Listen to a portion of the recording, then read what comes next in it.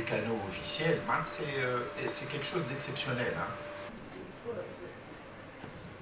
Merci. Aux énergies renouvelables, les énergies solaires, si c'est une solution pour un environnement plus équitable et...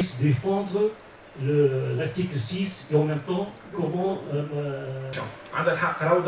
Les moyens demandés sur l'atténuation sont beaucoup plus importants que sur l'adaptation. التقييم نتاعنا اللي هو يتعاود كل سنة هو كلنا الأفراد اللي يجوا يحضروا أكثر الناس اللي تجي تحضر يا الأسبوع الأول يا الأسبوع الثاني، ولكن هي معناها النيغوسياسيون تصير على خلال 10 أيام، يعني ما فمش صعيب باش تلقى معناها كونتينيتي نتاع معناها الوفد التونسي في كل النقاشات.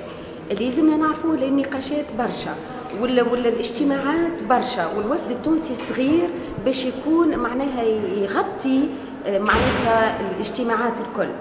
يعني ديما عندنا نقول انا بيتيت ديفيانس على خاطر ماناش العدد نتاعنا صغير باش نجموا نتبعوا معناها اللي صاير في القاعات الكل من ناحيه المفاوضات.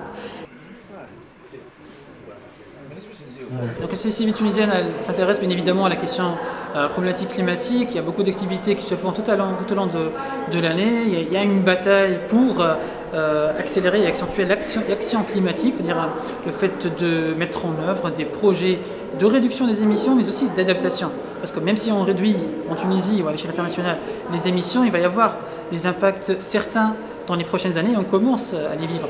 Donc la société civile, elle bouge, on a vu un bon nombre de jeunes dans la rue pour manifester donc leur colère, leur mécontentement par rapport à la politique entreprise par le gouvernement en termes de lutte contre le changement climatique. Donc il y a des revendications, parmi lesquelles aussi la justice climatique. Je ne sais pas se dire si pour eux c'est une bonne COP ou pas. À l'échelle internationale, il y a le consensus, unanimement, c'est une déception. Pour la Tunisie, on voit clairement qu'ils ne s'intéressent pas à tous les volets, notamment, surtout ceux qui sont prioritaires ou qui peuvent être bénéfiques pour la Tunisie. Je parle de la question de genre, de droits humains, la question de perte et préjudice surtout, qui jusque-là a été très défendue et férocement défendue par les pays africains, par les pays du Sud, qui représentent un total de 134 pays.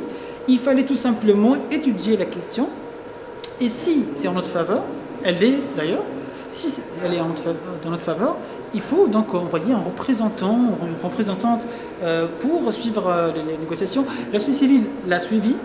Donc on a les informations, on suit les négociations, on a accès aux informations de manière instantanée grâce à notre réseautage. Mais la Tunisie, elle doit donc s'activer. Il faut être convaincu d'abord. On ne sent pas cette conviction, on ne sent pas l'urgence dans ceux qui nous représentent. Ceux qui tiennent le dossier en main, ils doivent être conscients qu'il faut agir, qu'ils représentent toute une nation, tout un peuple et que l'action est urgente.